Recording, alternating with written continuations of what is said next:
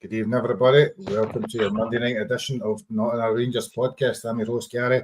We're back to 2 episodes a week after the pre-season. So I said we're now back Monday and a Friday whenever we can. But unfortunately, because of that, Ricky's working, so he's not going to be here. So it's only me and Scott this evening at the moment.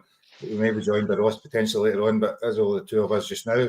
So you need to listen to us basically. That's I'm saying. Ricky's rants I'm going to hear. Maybe not be able to fill an hour during that time, but we will see. And cheers, Sniper, for coming. Hi to her there in the comments already. So it's good to be back on Monday night. Obviously, less than 24 hours from now, the first Champions League qualifiers on the cards. Me and Scott will be there. Hopefully, it's not a torrential downpour like it is right now outside my window. But it's exciting to be back. We're looking forward to seeing what should be a different season, hopefully, than we've had the last couple. How are you, Scott? I'm alright, Gary. Just in for work, so just changed and put the laptop on to speak to you and everybody else watching. But I'm looking forward to tomorrow night. I think it's you're missing the football that much. I know we had the friendlies, well, one friendly so far, and we had the closed door games which nobody really seen. But I think I'm just excited to get back into it. Listen, tomorrow night, the team that plays tomorrow night could be a different team that plays in the 1st of September, do you know what I mean? Because they're still wanting players in, still wanting players out. But I think it will be good tomorrow night. I think Ibrox is sold out. I know there was some tickets put up earlier, weren't there? 200 or something. Something like that put up earlier, but I think they will eventually be sold. But it's good to be back. I'm looking forward to this season. Listen, I'm not going to sit here and say it's going to be a season of success, a season not a success, but I'm just looking forward to the football back. Even though it's football's on constantly, even though throughout when the season's finished, there's always stuff I want to watch. But I'm just looking forward to having Rangers back, to be honest with you.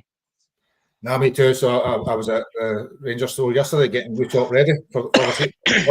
So I went to the shop. Me and my daughter got the new tops. Kind of get the home top straight back for the game tomorrow night. Looking forward to it. She's desperate to go back. She was saying to me during the week there, so I kind of wait. It seems like ages since we were last at Ibrox, and it's weird at the end of the season. What was that? 12 weeks ago? I can't remember now. 10, 12 weeks ago, you're just desperate for a break, but within a few weeks, you're itching to get back. And certainly, although, as you say, there's been stuff on from golf to tennis to Club World Cups and all sorts of stuff, but there's nothing beats getting back to 50,000 people at Ibrox, hopefully, but something new, but something we've not seen. We don't even know what it's going to look like, which is maybe makes it all the more intriguing. No, it is, and you mentioned the Club World Cup. Do you know, I never even watched one game in it. I had no interest. I know that was it. No interest whatsoever. Plus, the Euros for the women, I've watched one game, I think. I've not watched anything else. And it was the England-Sweden game just because it went to penalties and I was sitting. There was not a lot on. I turned it on and in the second half and I watched it for there. But I probably prefer to watch the darts, to be honest with you.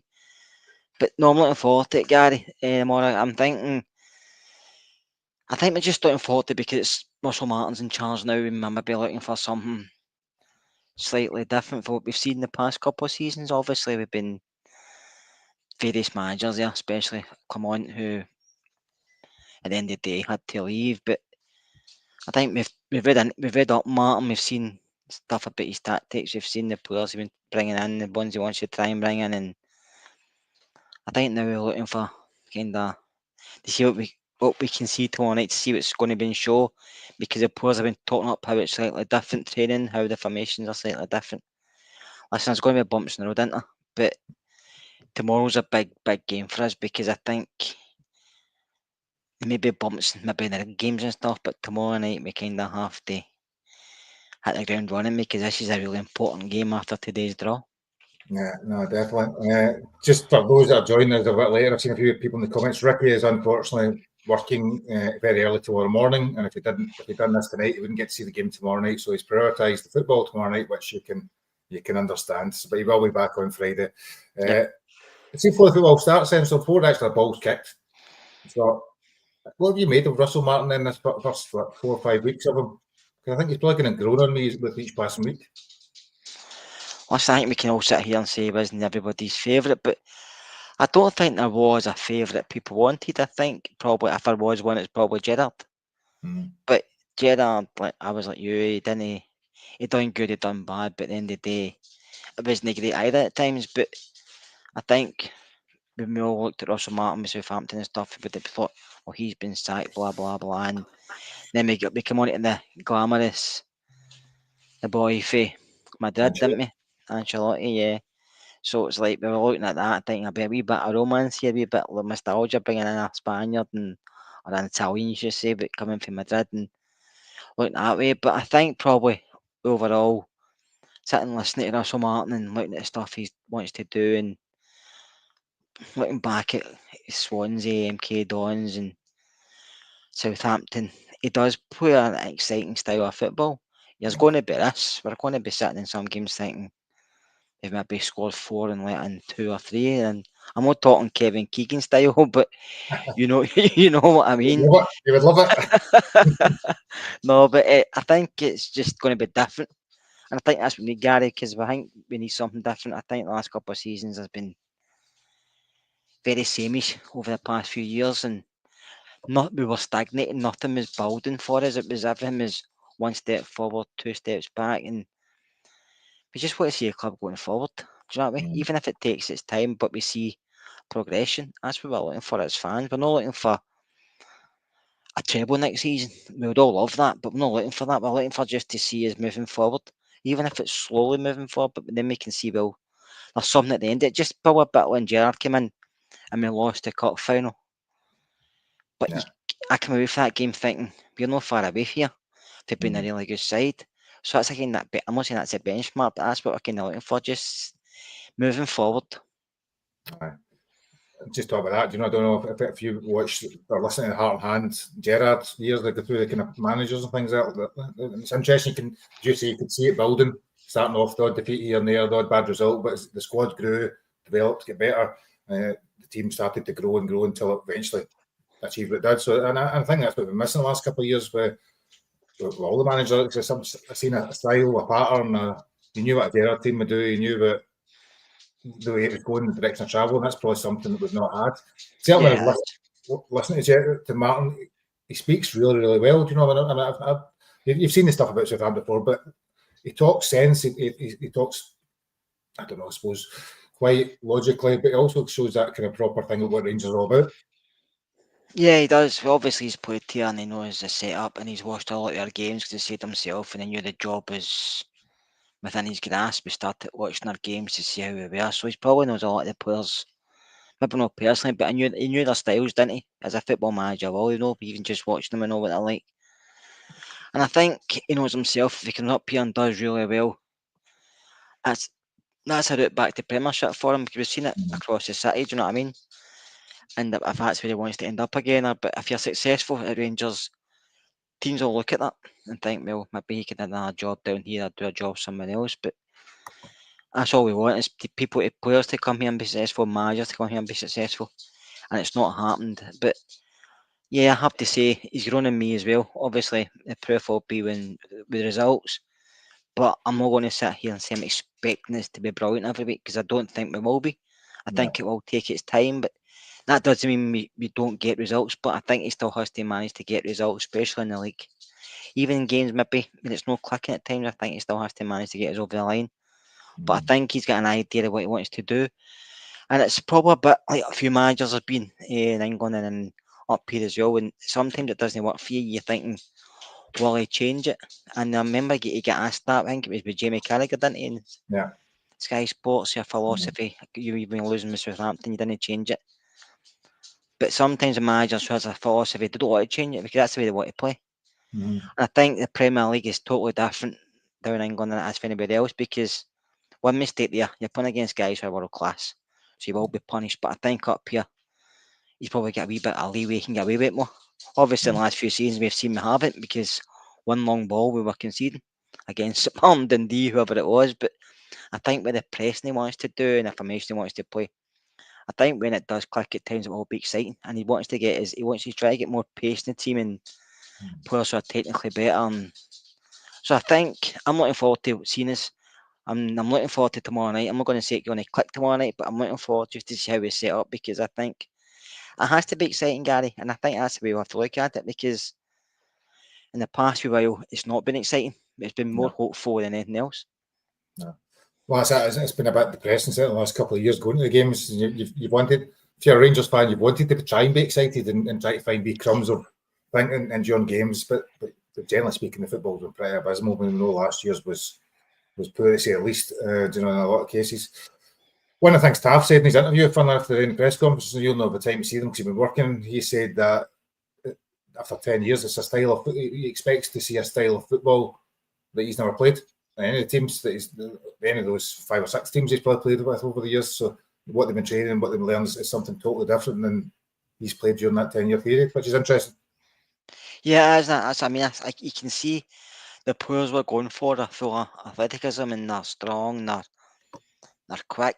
We're trying to play a different style altogether. That's how a lot of the players we've still got at the club don't fit the way we want to play. Guys like Proper, guys maybe who I don't know if he'll leave or not. I think if he doesn't leave, he's going to waste a year of his career himself. But that's up to him at the end of the day. But I think that's the way he wants to go. He wants to go with quick football, pressing football, breaking lines. Is we're going to play with 2 10s, maybe a bit like Gerrard did. We're going to play with. I think it's going to be totally different from what we used to, because what we were used to under Clement, we debated it quite a lot. Did they have a style, or was it just a big punt at times? Because I think a lot of times Dio, especially Dio, but Raskin as well, they didn't get involved because the ball went over their heads. Aye. No, I think there was a thing during the weekend. Dio's ex-manager wasn't talking about he probably didn't enjoy the style of football because his strengths lie in the kind of intricate one touch, move the ball about, and if it just pumped into channels, it was never really going to suit some of those players there. See, in terms of one of the things that obviously has come out the last couple of days was that with Alex Ferguson, John Gregg, Rich Scull, Ian Durrant, Lee McCulloch, and John Brown have all been at the training ground, all been at the museum, all been round Ibrox talking to the players. I think that was quite an interesting thing to see. There's actually trying to bring in some of that history to tell people what it's all about. I think it is. Listen, it's good to get these guys back in. I know Alex Ferguson's big critical in the past because of what happened to him and stuff, and that may not go down well with some fans, but having somebody like Alex Ferguson wanting to dressing room, wanting to building, and you're a footballer, you're kind of annoyed by that, aren't you? Because you still got that presence. He's done it all, he's seen it all, and deep down as a Rangers fan, John Gregg as well, the greatest ever Ranger, getting in. He's having words with Martin, and Martin's listening to him, and then obviously the ex-players getting in.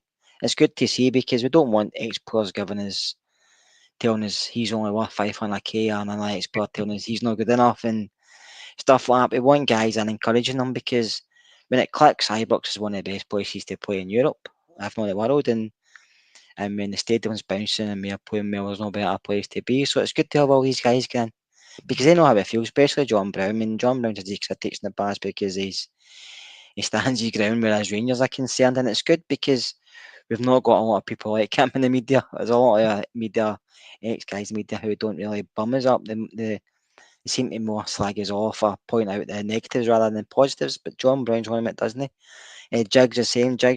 I like Jig. I think he talks well about the club, but you can't really beat John Gregg, can you? Like I say, greatest ever Ranger. He's been a manager, player. He's won the European trophy, and for him and Russell Martin to have a tune wise good, and obviously Sir Alex as well. So it's good that they're all about the club, Gary, because it means there's a lot of positivity taken about the club now, and it's good to see that confidence as well, and that will spread. Aye. And it's identity in it. You want that identity and traditions to be there. Do you know, it's you're bringing in players. Football's totally changed. Obviously, it's some players from around the world, but having that kind of core understanding of what Rangers is all about can only help in terms of them kind of bedding in. It can, I think a lot of the players know that already, but I think obviously new ones, and he's maybe because he's trying to bring in more of a core of British-based players. I'm not saying British players, but British-based players could play down in England and stuff, and just coming up here when I seeing these guys walking about, I think that's just something different, because a lot of players that come from England don't realise how big Rangers are, and they've all said that. Jermaine Defoe is one of the ones that I'll revert back to, because he says he wishes he came early, didn't realise how big a club and institution it was, because he was down in England, he watched like maybe the Old Firm games, etc., but he never really knew much else about the Scottish football when he came up here. Yeah, the football's not great at times, but it's always been the same. I think people coming from down south come up and it's a wee bit of a bad rap. You see it when you're on social media or whatever, and I think that's a pub team, it's a pub league up there. But a lot of players down there come up and struggle just because of the way football's played, because not getting as much time on the ball.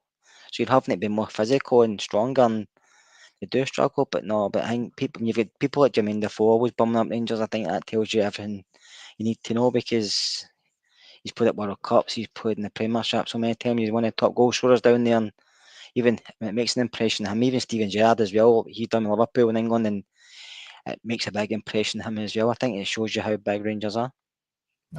And even though somebody like Jack Butland, Miles, I mean, he played, what, I don't know, 10 times for England, but he comes up and talks about it when he was here for last season when people still liked him. He would talk a lot about just the different intensity of it all, you know, that kind of that atmosphere, some of the best games ever played in, all that sort of stuff that goes with it. I think we often as fans take it for granted, all that kind of thing, because it's what you're used to in it. It's not necessarily like everywhere else. No. I think, listen, I think Butland just has to start this season afresh, and hopefully he does, because there's a good keeper in there. It's just consistency and confidence for Jack. So if he can start this season well, then it solves a problem for us. If he doesn't, then I think Martin still has a couple of keepers in his mind, just in the back burner, just in case it happens. He might still bring one in. I don't know if he maybe wants to bring in somebody he knows or he's coached, whatever. So you just don't know. But like I say, Jack came and he was phenomenal, and then the last season a wee bit. I don't know. Everybody seems to pinpoint the time at Southgate come up and watched him. He never get picked. It seems to be that way. But I just think it's when he makes a few mistakes, his head goes. He struggles with his confidence again, and he overthinks things, and that's when he do make more mistakes. We will look at team lineups and all that later on as we go through it. But I'm presuming you think that Butland will be the one starting in goals tomorrow as opposed to Kelly. I think Jack's a better keeper than Liam, but I will say Liam deserved to come in last season because Butland was poor, and Liam needed to come in, and he'd done reasonably well. But over the piece, I think Butland is the better keeper. But like I said, if he doesn't perform, I think the manager might go out and purchase somebody else, because being linked with a few goalies and that doesn't just come up for no reason.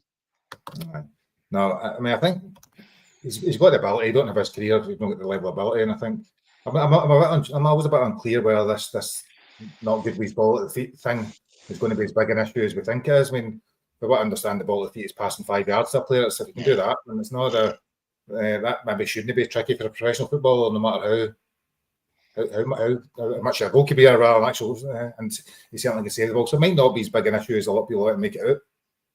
No, I don't think it is. I think it's your overall game with the keeper, aren't you? You've got to keep him out of net, but it's just you have to be alert when the ball comes to you. Pass it, hit the ball with a bit of pace. You're only passing it 5-10 yards.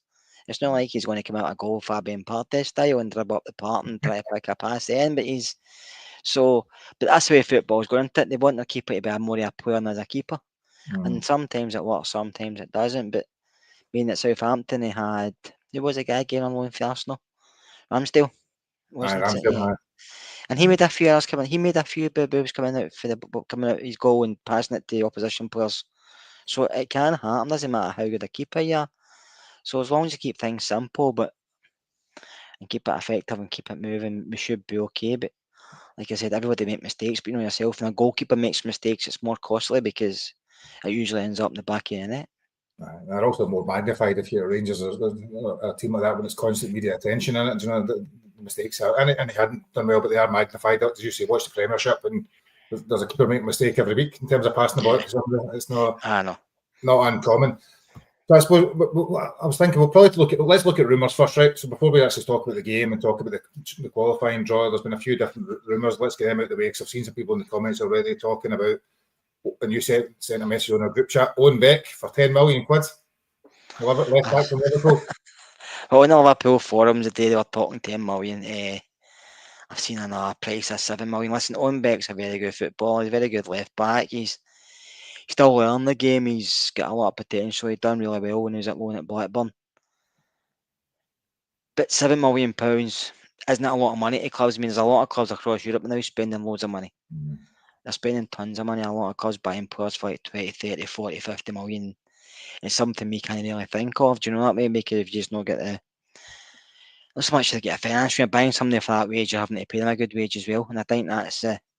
but you have to think you can only hit a certain peak, because you can't buy something for £7 million and say we're only giving you 20 grand a week. But that's so damn worth £7 million. I'll go elsewhere and get 40, 50 or 60, whatever.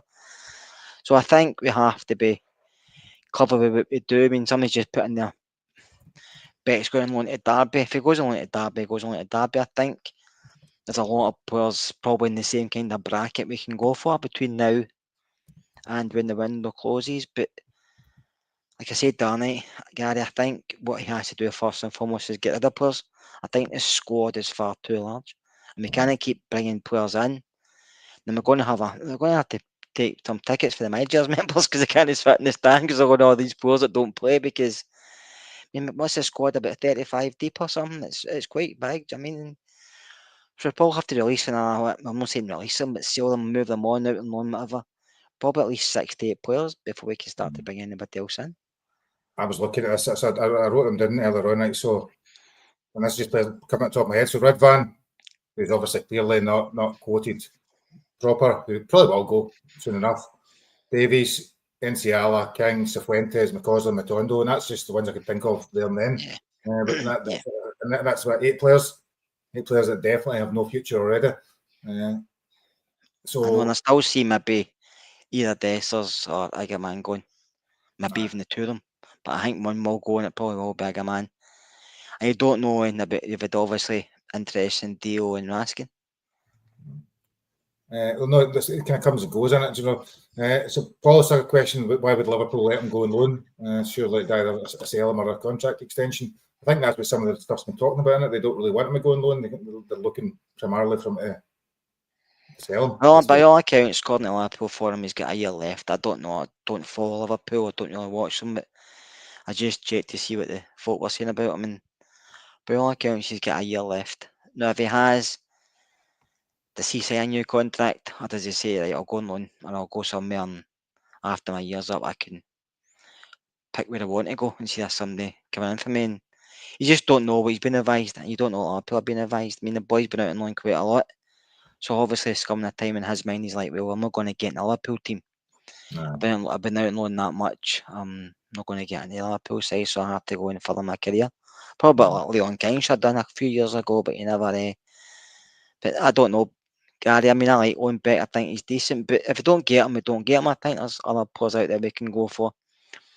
I'll also still get some hope for Hefty. I think he's still get potential. Will get better. It was only really his first season last season.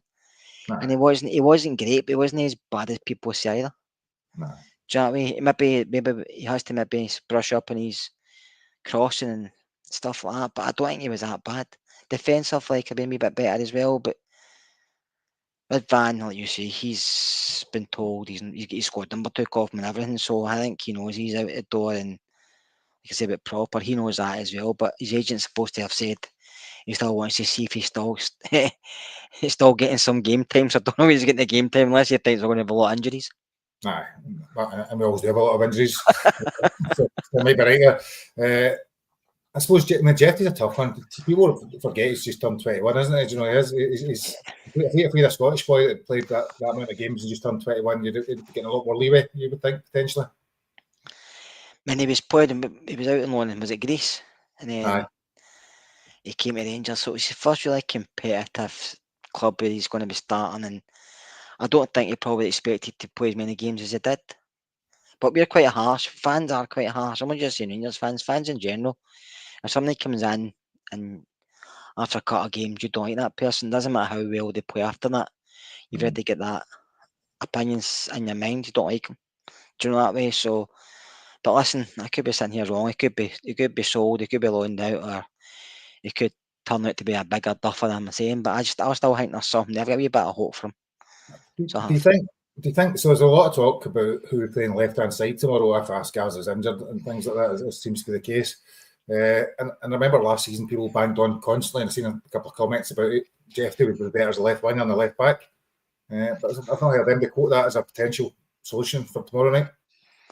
No, I don't. Listen, they've done that with Taff for years, haven't they? I think that's just a thing people do because they say to themselves, right, he's not a greatest defender, but he's decent further up the park. But listen, that's like a lot of fullbacks these days.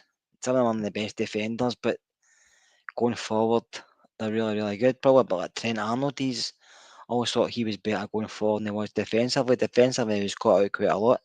A lot of people still get £10 million from him, even though he was out of contract just because Real Madrid could buy him for the Club World Cup. But I think that's just the way football is. Everybody wants to go that way. There's not really so much emphasis on defensive duties as in used to be when you were coaching, you were practicing defensive stuff and how to defend set pieces and blah blah blah.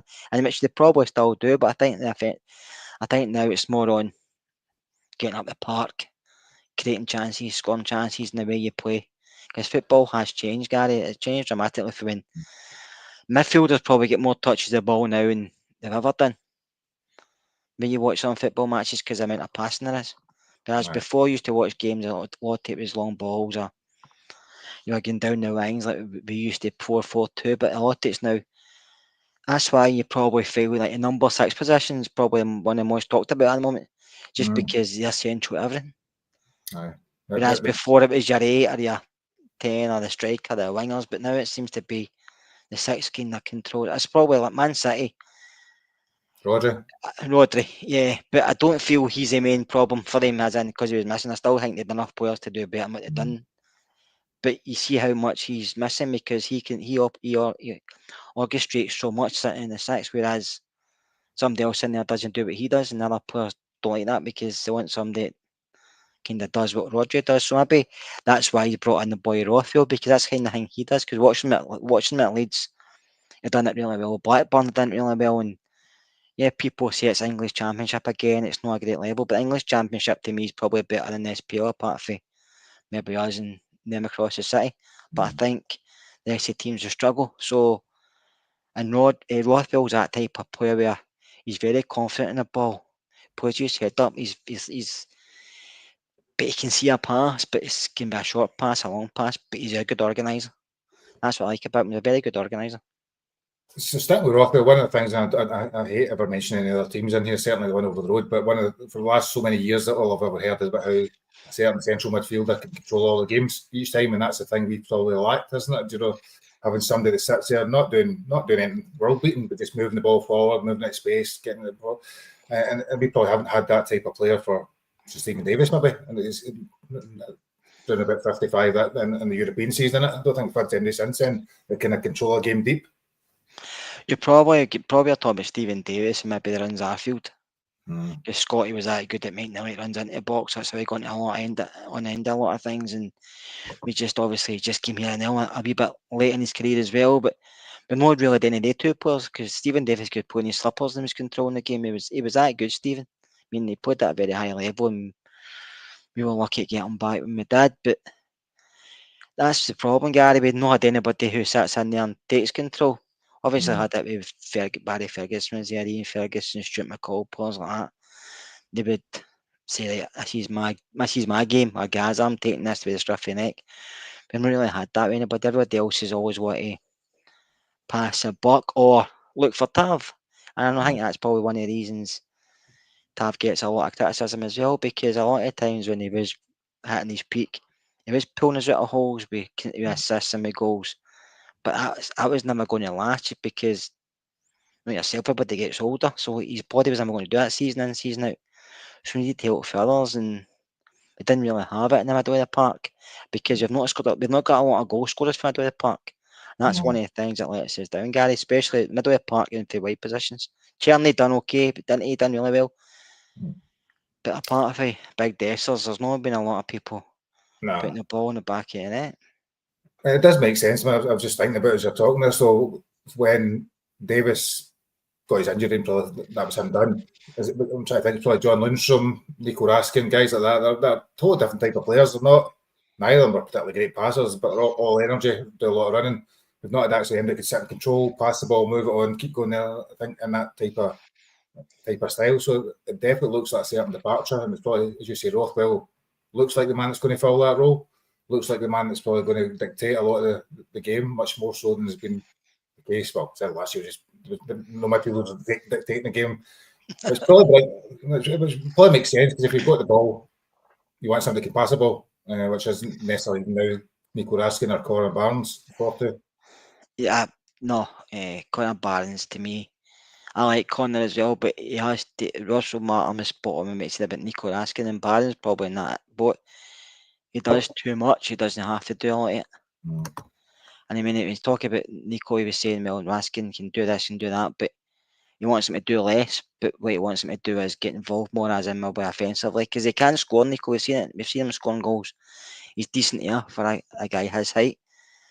But defensively, he was trying to do everybody's job, wasn't he? If somebody get beat, he was there. Somebody else get beat, he was there. And sometimes you overdo things, and then you overcomplicate it. So maybe with Rothwell sitting there, you'll give a different role to Rask, will give a different role to Deal. Because a lot of times they two are further back. They were getting each other's roads as well. Do you know what I mean? So it'll be interesting to see how we play, because both of them have got potential to get better.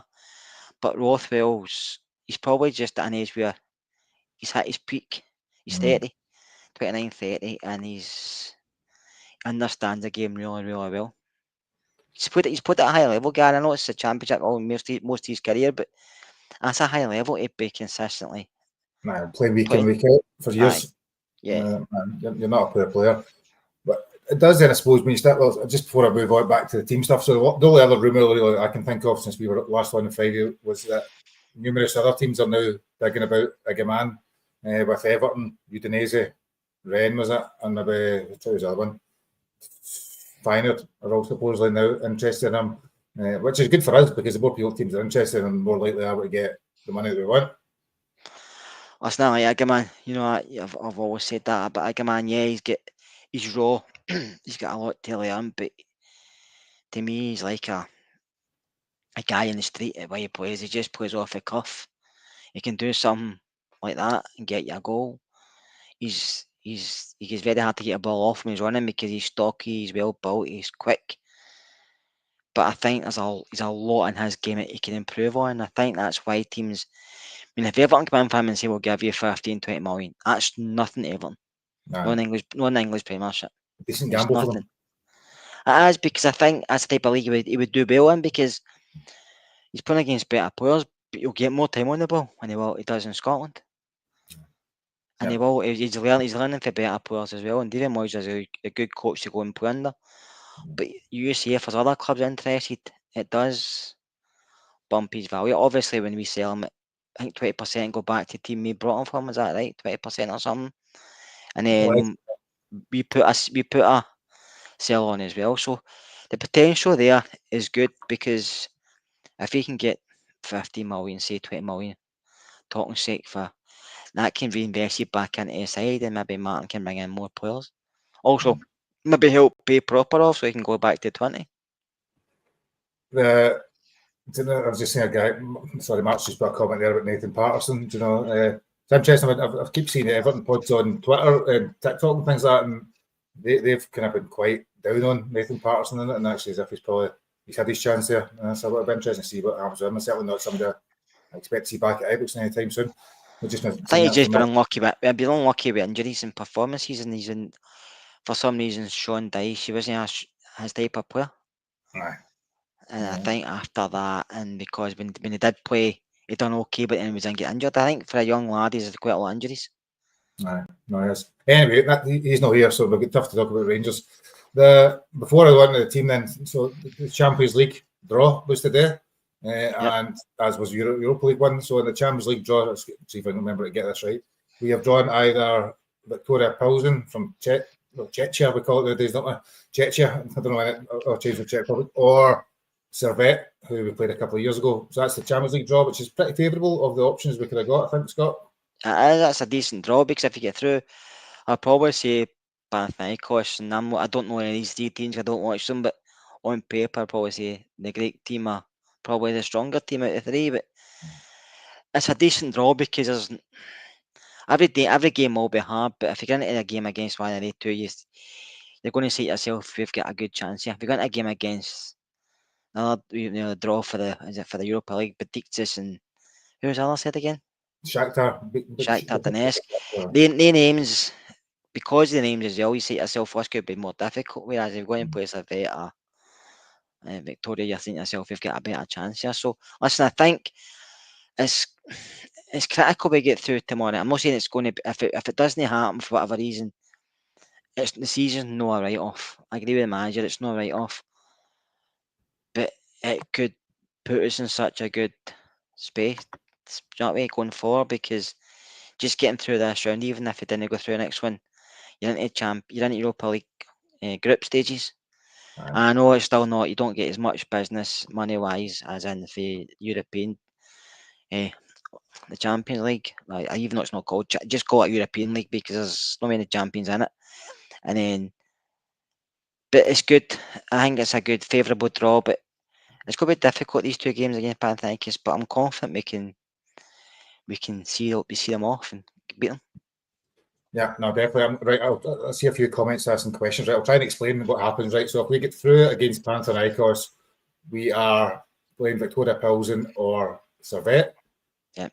And if we get through that, if we get through them, we then get a Champions League playoff round against some dick in it. Maybe there's a couple of teams it could be. So there's still another round. So if we get through this one, play Plzen or Servette, but there's still another round to get before we can reach Champions League. However, if we do beat Panathinaikos, even if we get put out in the next round, we're guaranteed Europa League football. That is my understanding of it. But if we get beat tomorrow against Panathinaikos over the two legs, we will play in the Europa League third playoff qualifier and it'll be against Shakhtar Donetsk or Besiktas. So, and if you get beat with that, you're into your qualifier for the conference. I would need to take a breath there because that very thing. So in terms of Champions League, the good thing is if we do get through against Panathinaikos, we'll get Plzen or Servette.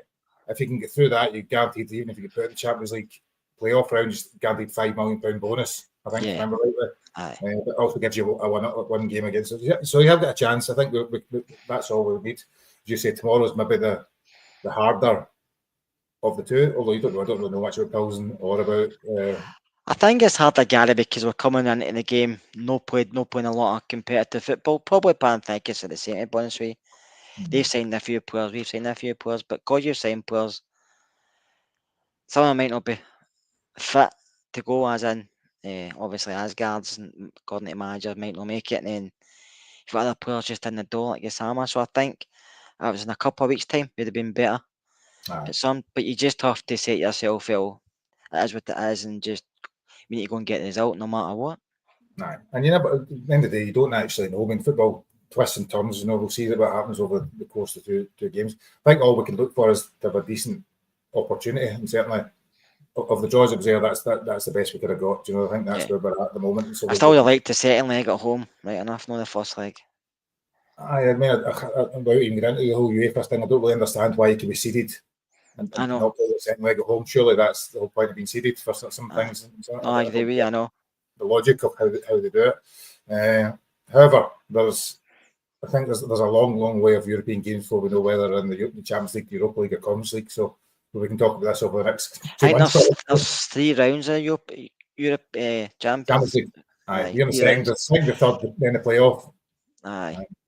So it could be a way. There's 4 in total, but we get through the first one, but we're in the second one. And interesting. Just on the side, I've seen somebody saying there, if we do win the league this season, there's a fair chance we go straight into the Champions League without any qualifying at all because of our club coefficient, isn't it? That's the way it works. Because we're ranked 25th in Europe, we potentially go straight into the Champions League. So makes winning the league all the more important. And I know there's been some talk about people saying Europe doesn't matter this year. It's not that important, but that so many £1 million, multi-million pounds, whether it be 5, 10, 15, 20, 40 million pounds for Champions League, that will dictate who we sign over the next month or two. It's almost certain. It's important, Gary, but I think for me, your bread and butter is still the league. And I know it doesn't give you the mega bucks that the Champions League does, but we need to get back being winning domestically, even challenging domestically. And then if you're winning at home in Scotland, I think the Champions League it's going to be there for you. but it's winning domestically because we're putting ourselves under more pressure no winning domestically because they've got all these qualifying rounds. So I think it's kind of what side of the arse cheek do you want? Do you know what I mean? But we just need to be more. We need to be stronger domestically, no matter who the manager is or who the players are. We need to be stronger domestically because it's not been happening for us for a while. No, I agree 100%. All thing I say is you can't be stronger domestically without being strong in Europe to get the money to make you stronger domestically. It's a revolving circle in it. You can't do one without A double-edged sword. Double-edged sword. That's a good way to describe it. And so one follows the other. It's not an either or thing. It's both need to be successful for us to be successful. So thinking about the game tomorrow, then I suppose, what are your expectations of the game tomorrow? As long as they can take a 2-goal lead away, I'm happy. That's basically. Do you think it needs 2 goals to make it? I would say 2 goals would be comfortable. 3 would be comfortable, but 2 goals I would be comfortable. I think a draw, a draw is the worst you would take. You obviously don't want to lose, but I would want a 2-goal lead going over there. But it will be difficult because I don't know how Panathinaikos are going to turn up. Like I say, I don't really know a lot about it, apart from the names, a famous name for Greek football. It's not a team I've seen, so Alan's like, I don't ask for a lot. I'm normal asking for a 2-goal lead, Alan. Come on, it could be 3-1 or 4-2, but as long as a 2-goal lead. Do you think, actually, just on that, we played Olympiacos, so we don't know anything about Greek football, right? And we played Olympiacos over there last year. We drew 1 each. Remember, Dessa scored a good goal, I think, and they finished 16 points or so clear of Panathinaikos. There's a little bit we think about as fans, we're maybe panicking more than we should. To be brutally honest, we should be stronger than them at this stage still, players-wise. I don't know. I don't buy into that. We beat the Ames, we should beat them. We beat Celtic, but we can't beat St Mirren and Motherwell and Dundee and crap like that. Do you know that way? So I think you just have to take every game as it comes. And yeah, you may look and think that they finished 15, 16 points. I was listening to one of their guys on a pod the other night talking, and what he was talking about the Panathinaikos was they changed their manager. They've struggled in the league domestically, especially against lower opposition. And I'm thinking to myself, yes, you talk about Panathinaikos or Rangers because it's very similar. Do you know that way? And it's like he's like, we should be better than what we are, but we've been poor domestically for a long, long time. I'm not disagreeing. I just suppose that we are getting a bit hung up. Panathinaikos, technically speaking, player for player, and all that stuff that goes with it, shouldn't necessarily be as strong as it. They've not proven to be as strong as either in European performances or the players they've got, the age they've got, the calibre they've got. But we are bringing together a whole new team, so we don't really know what it's going to look like. That's maybe the thing. That's what I'm saying. It's not Yeah, no, I understand that, but the players have to know that as well. Games only won in paper, they're winning in the park, and if we turn up and play like we want us to play, then I think we will win comfortably. But you just don't know. You just don't know how they'll turn up. There's always that wee bit of fear that they'll turn up and because they're starting this new formation, some will pass it, the goalie will pass it, or some will pass it, and they'll nick a goal. It's just you play these permutations, don't you? So you just talk the team of fire and we get an early goal to sell everybody, and we take it for there. So looking at the team then, right, so it is obviously going to be different players, but working on the basis that we think that Danilo is probably going to start up front. I think he said in Russell Martin in his press conference today that Dessers and Igaman have played 45 minutes in the bounce game. They're getting fitter, but they're not fit to start the game, I think was pretty much his words. So, and talked very highly about Danilo, saying about how he's one of the hardest working players there. He speaks 5 languages and mixes with all the players really well, and he's been a big help to the squad. So it does look certain that he's going to lead the line tomorrow night. Yeah, I think he's improved. He's improved. He's impressed them through pre-season. Obviously, maybe the only striker there, but I think he has impressed them with his work rate and his finishing. I think Danilo probably knows this could be last chance selling because he's obviously been here a while. He's had a few injuries, won a few bad games, and he's been kind of written off by a lot of people, hasn't he? Has been the Rangers number 9. So I think if he does start, he's got a point to prove for. So hopefully he takes his chance, Gary, because I think he can score goals. I think there's a player there, but we've seen it 2 or 3 times when he joined, and apart from that, he's been kind of relatively missing. He linked up with maybe Igaman a few times, which got everybody excited, myself included, but we've not seen enough of him to see what he can do. But obviously we've watched him a lot, we paid a lot of money for him, so there must be a player there, but now's the time to show it, because we can't keep hanging on waiting for this guy to appear. And it has been 2 years he's been here now, and it was a £6 million signing as the song went. And he scored lots of goals at Feyenoord and Ajax. He played at a high level. It's not as if he's not got ability. It's just, as you say, we've not seen it. He's kind of looked. And fun enough, you took some of the stuff that was said maybe with Barry Ferguson, a lot of pinch of salt, but some of the time last season, he kind of started to get the feeling that he didn't look as though he was happy there as well when they started talking about him. As if he wasn't trying hard enough, he needs to do more to get in the team, etc., etc. So that'll kind of perpetuate. I'll take that with a pinch of salt, what Barry and his cronies say, because I don't know what happened with many players that day. No doubt they'll do a podcast shortly, or Keith Jackson will do a story about it. Weird about it. No, definitely. So he's going to start up front probably. The next bit is probably who's going to play in the two wide positions. And I suppose we think probably because of Dow's played in all the pre-season games, he's likely to start wide right. Wide left is obviously a challenge because there's nobody nailed on that position. I suppose just get your thoughts on them. I think it's difficult because obviously Gasaman's still not 100%. He's still to bring other players in. Asgard's might not even be in the squad depending on how he is tomorrow. But even if he is, he won't start. So for me, I don't know if he'll start this way, but for me, I would go Curtis on the left. I would play Dowell on the right. I think Dell is right. Well, we're all playing the right because he's left-footed in it and he likes players to cut in. Yeah. That's kind of style. Yeah. So Curtis, I've been a lot of people are saying is why Curtis is he experienced enough, but why not Curtis? That's what I say. well, you've told him that. No, but why not Curtis? I'd say not Curtis personally. I would probably go with Bajrami before I went with Curtis. Or Cortez, a £4.5 million winger. See, I don't think he's ready either, but I feel Finley's done enough in pre-season. I feel he's getting stronger. He knows where the net is. The boys are really, really good football, and it doesn't matter to me what his age is. I think he's good enough to step on that stage and show what he can do. No, I suppose the question would be, if Asgard's fit, do you think he'd be the one to go out left? And it's touch and go, I think, apparently. As I think the way he's going to play, he does want wingers, but I think because we've not really got any wingers at this moment in time, and maybe no wingers that he fancies, that's why he's still looking for others. I think once he gets Sama's fit, he'll be there. But I think what we've got just now, Gary, I would go with Finley. I think he's confident putting the ball in the net. He likes to run at players. He can create. He comes back. I think he's strong. He's physical. And listen, he's a Rangers fan like us. I'm not saying that makes you a better player, but he knows what playing for the jersey is all about, and it's always wanted all his life. And yeah, you can turn back and say to me, well, look at Ross McCausland. Ross done okay when he came in. He's just obviously not hit the heights he should have, and that's why he's probably leaving. But I think Curtis looks a far better player. He looks more athletic than Ross McCausland ever did, and he looks stronger and more physical as well. And that wouldn't bore me if Finlay Curtis started tomorrow night. I would actually be quite glad he did and quite happy he did, because I think he will, and as Paul said, he plays with fear. I think when you're young, you do. I think it's when you get older, you start to double think things in case I don't want to make a mistake here. But I think when you're young, you just go and play because you enjoy the game and you want to show what you can do.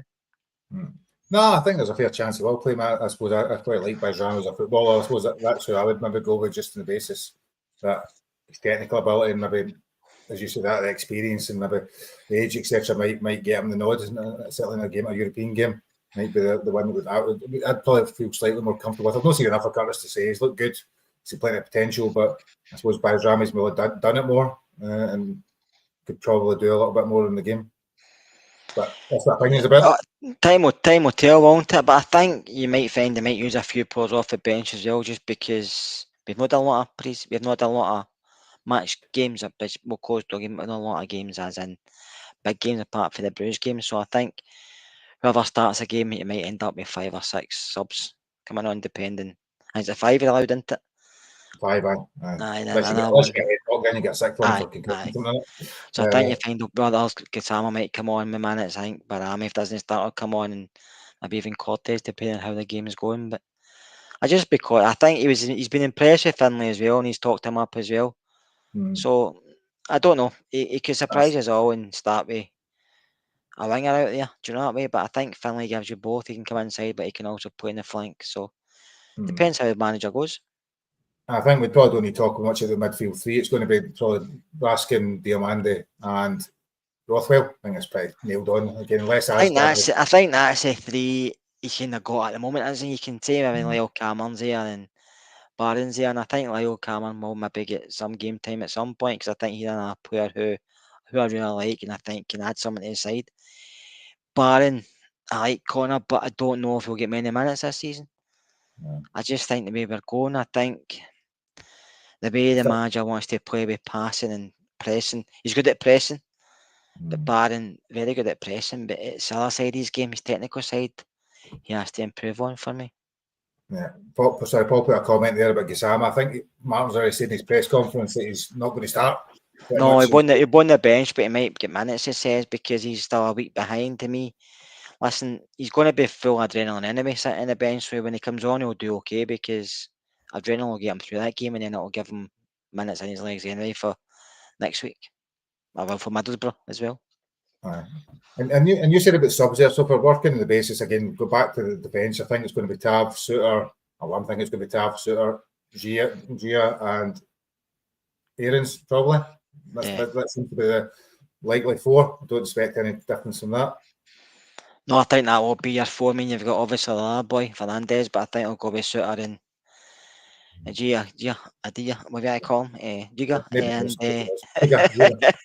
Giga, yeah, I think obviously Butland will be in goal. So on paper, it does look quite a strong side. It's how they work together, but they have been doing a lot of work. They've been doing double sessions, obviously, at St George's, so that's obviously good for stamina.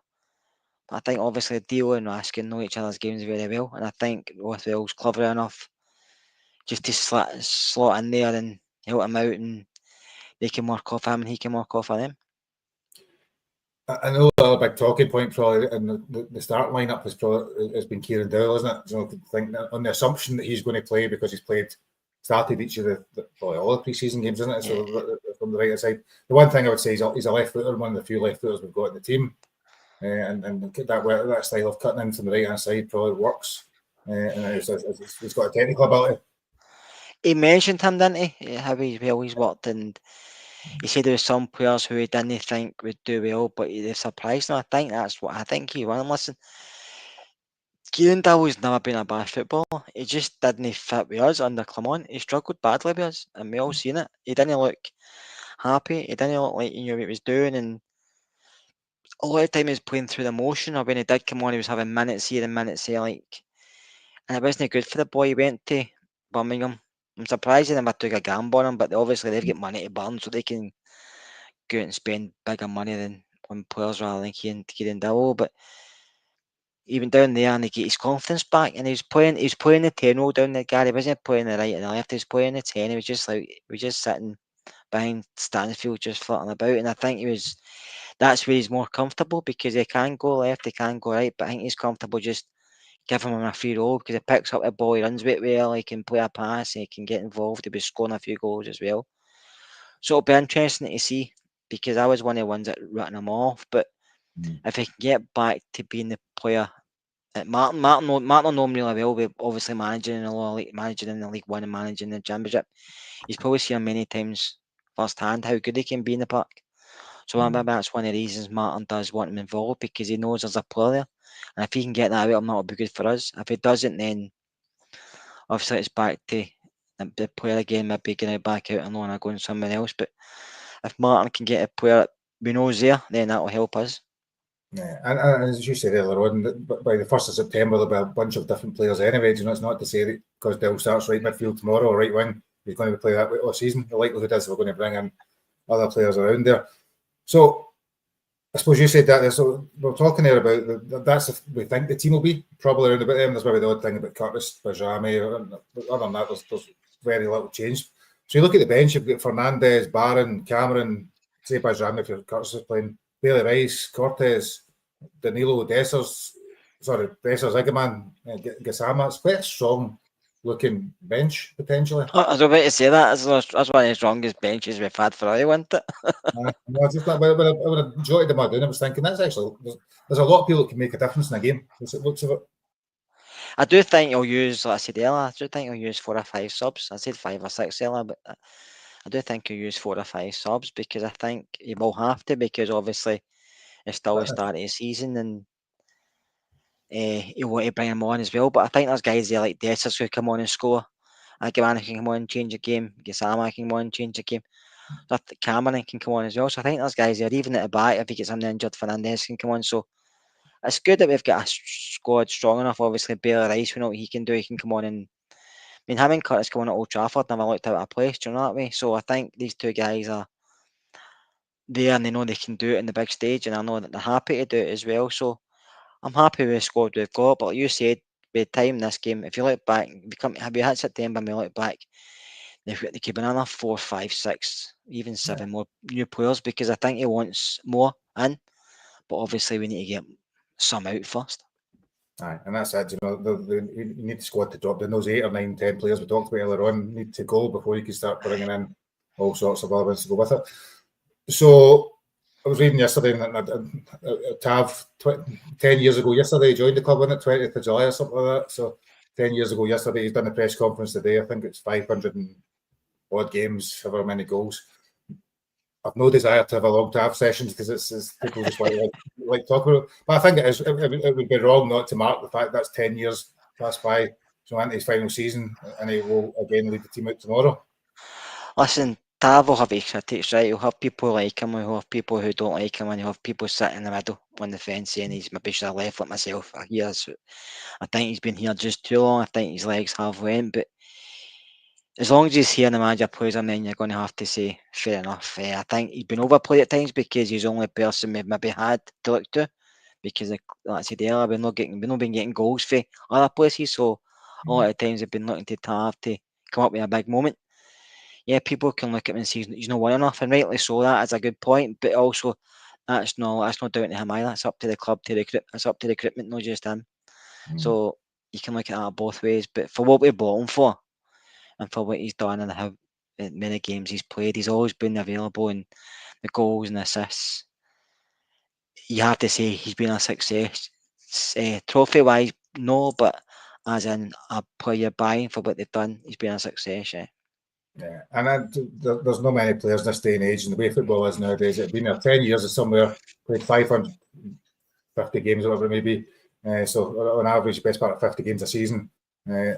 That's not commonplace in football. And no matter whether people like him, dislike him, though, that's been a phenomenal achievement during lots of challenging years, but also some of the most successful times we've had in terms of Europe. And like GD said there, I mean, I think we bought him for 200, 250 grand for Wigan, and he won the golden boot in Europe. Do you know that way? And 250 grand now for somebody with his status and what he offered, what he can offer, is phenomenal. Because I mean, we're interested in Owen Beck, and they've been quoted different places, 7 million, 10 million, whereas we get Tav for 40 million.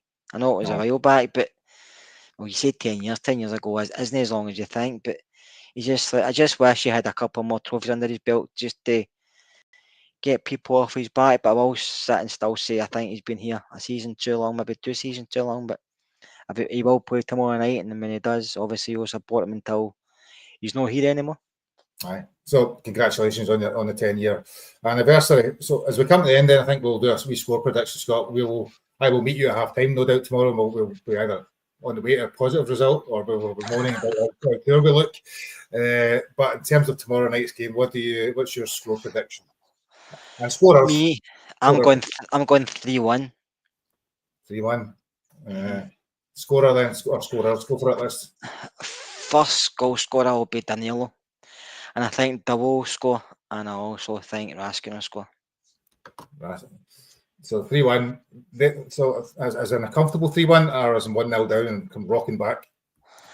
No, I think we'll score first. I think they might bring it back level, but I think we will run out winners. But I think they will score, just because it's the first game. I'm not really settled into the way we're playing defensively, and I think it could be an error or something. But I do think they'll score. But I think we'll score 3 goals. It's interesting in the comments that seems to be the most popular scoreline, that we will score 3 goals, which is it's good to see. There's that level of optimism going into our I'll be happy with 2-0, right enough. I think, I mean, you do want a 2-goal advantage in it. That certainly makes going over at 35-degree heat over in Athens next week a little bit easier, hopefully, to get there. So I've just seen that come out for Alan there. Get step lad up for a cuddle. Yeah, that's possibly true. But I'll stand in one of the steps. You stand in no way out section A, and I'll stand up right up the back, and I'll see him there. I think it'll be 2-0. I think it'll be 2-0. I think we will probably. One of the things I'd like to see is if we have better at set pieces. I think that's probably one of the things we've lacked in. You've got big Giga and others that can maybe potentially. So I'm going to go with a centre half, John Suter to score, and Dessers to go off the bench to score the second. 1-2-0. Well, you have to go with a man Dessers, then leaving time to go with a man Dessers, eh? He's a goal scorer. Do you know what? The chances are there's a good bet. He'll score. He does that. He doesn't do much else, but he does score goals. He does. I think that's enough for this evening. Do you know, it's literally an hour, so good timing from there, and we still managed to spend an hour despite Ricky not even being here. So, yeah, which is surprising. I know it is, because obviously you miss Ricky because he usually takes off half the pod with his nonsense. But no, Ricky is good on the pod. He's got good opinions, and he gets carried away at times, doesn't he? Especially when people give him stick in the comments, he gets carried away. You don't agree with him, but no, he was back on Friday night. So he's just obviously he's working, and then obviously wants to see the game tomorrow. So listen, we all can all get time off whenever, because we can't do this every time. We all need time to go and do other things.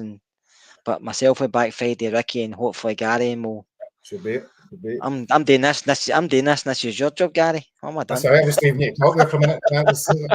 So I will wrap up then, Scott. So thank you everybody for watching and tuning in, and all the comments on the side. I'd just like to say one thing, Gary. I think tomorrow night I'm selling the Union Jack draw, or the half-time draw in the Brimlone before the game. So if anybody's in the Brimlone, come up and say hello and buy a ticket. Right, I probably won't see you tomorrow then, Scott. So I'll be dodging you, so I didn't pay for. No, yeah, please go and see Scott. You will see him walking about with the half-time draw, doing the half-time draw. So hopefully we are back on Friday with a positive result. Lots of goals to talk about, potentially more new signings and other stuff that goes with it. Thank you everybody for watching, and enjoy the rest of your evening. See you then. Bye now.